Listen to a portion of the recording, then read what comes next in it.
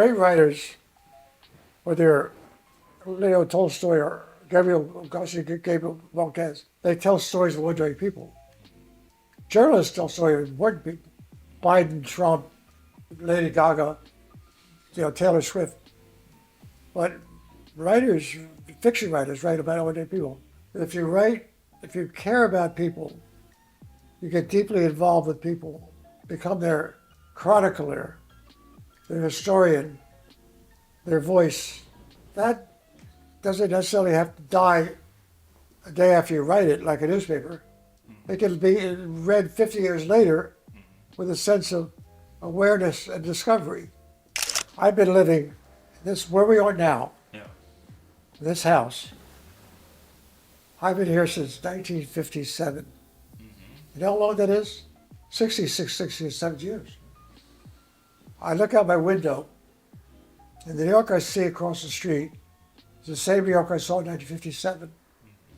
I'm a veteran of the city, but still I find the city nourishing, inspiring. I walk in the street, at my age I walk a little bit around the neighborhood with my cane. I still see stories. Stories are all over the place, but you have to be able to see stories. One thing as a journalist that I always had was a visual sense. When I went out on that Sinatra assignment, the first night I saw him was at a bar. He was there drinking with two blondes, very much solitude, very, very irritated at that time. I saw that as a situation, almost like a movie director, like Francis Coppola sees The Godfather. It's hard. It was hard when I was 22, and it's hard when I was 92. I want to rewrite the sentence many times to make it readable and simple, clear. A little touch of, if I don't have a lyrical touch, a little turn of phrase, but very subtle. And I was doing that when I was 22, and I'm doing that in 92. And 92, what's harder for me now is typing. I make more mistakes typing. You have to accept rejection. They're great actors. Great actors. Audition for a part, they don't get it. The director chooses somebody else. They don't commit suicide, but you have to be able to accept rejection.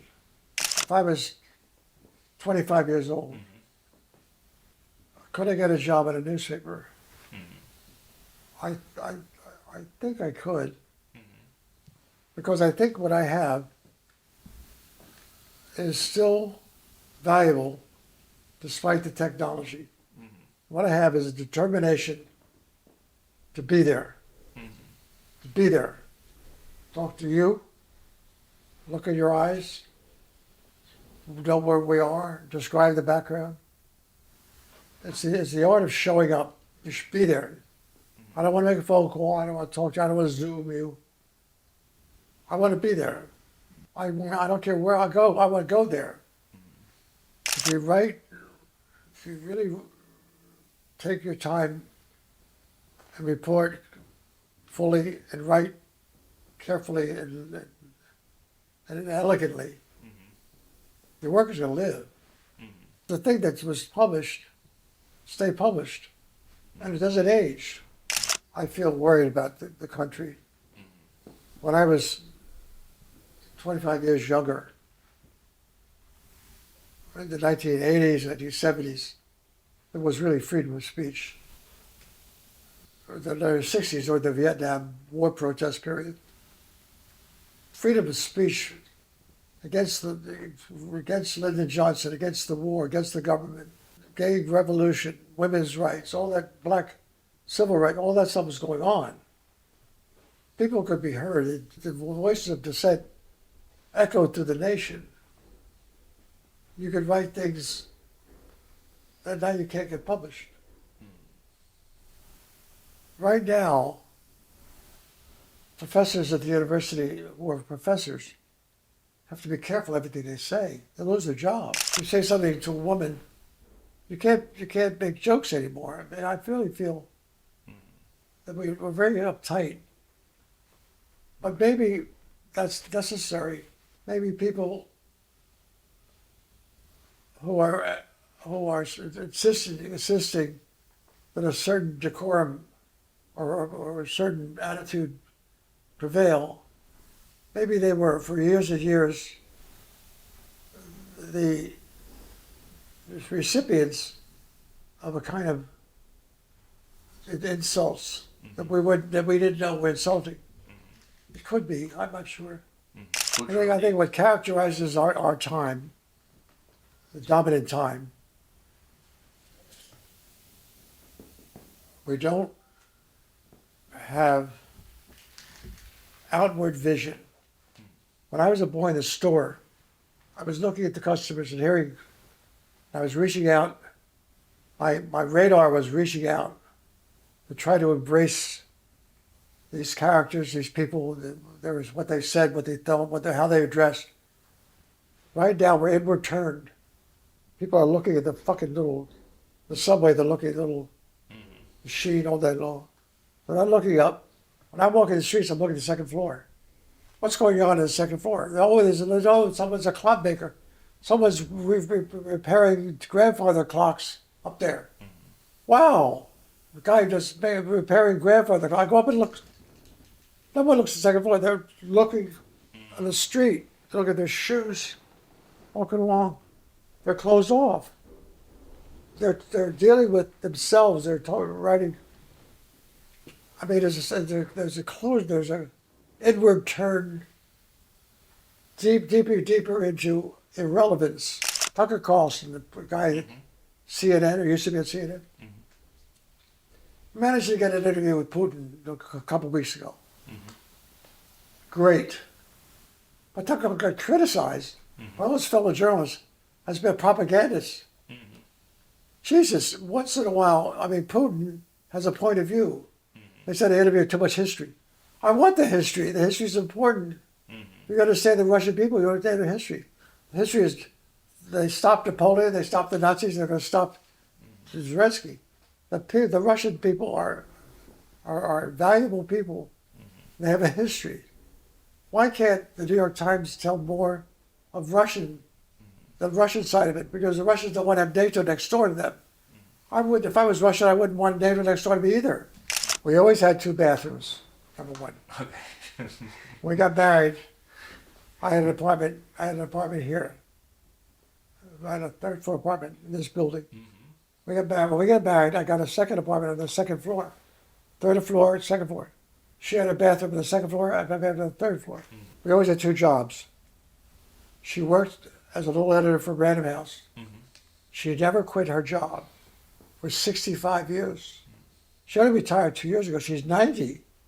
She retired at 87, I think it was. She had her life, 2 bathrooms, 2 careers, and also a lot of mutual interest, shared values. Never heavier that I lose respect for her. The important thing about relationships is never sex. People think sex is important. Sex is fine, but it's not the most important thing. You get the greatest lady in the world, you don't want to have breakfast with her the next day. You have to have breakfast with a person. You have to have respect for the person. And I never lost respect for Dan, my wife. Not one day. Although I've known a lot of women. But it didn't last because I sort of lost interest in her. They lost it. That one thing is important, respect. I think the most important word is respect. I don't ever think that Trump could be a president again. I think he's been so tarnished.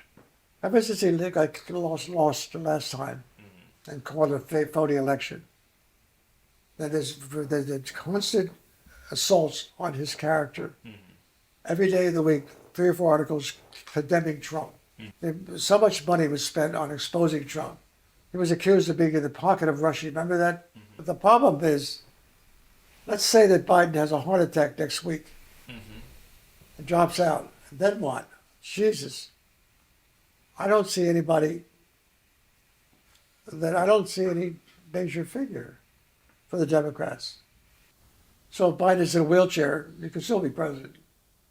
I hope he doesn't wind up in a wheelchair, and I also wish he wasn't going to be president, but I guess I could I would guess I would take him over Trump. If I had to vote, I guess I'd vote for Biden. I'd hate it though. Javier, I can't think of anything I want to do I haven't done. Okay. I've been everywhere. I've been to Spain. I've been to Italy. I've been to China. I've been everywhere. I want to be. I've done every story I want to do. A couple I still can do. I'm not ashamed of any story I've ever written. I always tried the best I did with the time I had. It's thrilling to be a chronicler, to be an observer, to be on the sidelines of these situations. It's a great life. I had a great life. Right. I don't want to sound vain, but I don't want to be foolishly modest either. Javier, what matters to me most, and where I take most pride in, is that the work I wrote 50 years ago still can be read today.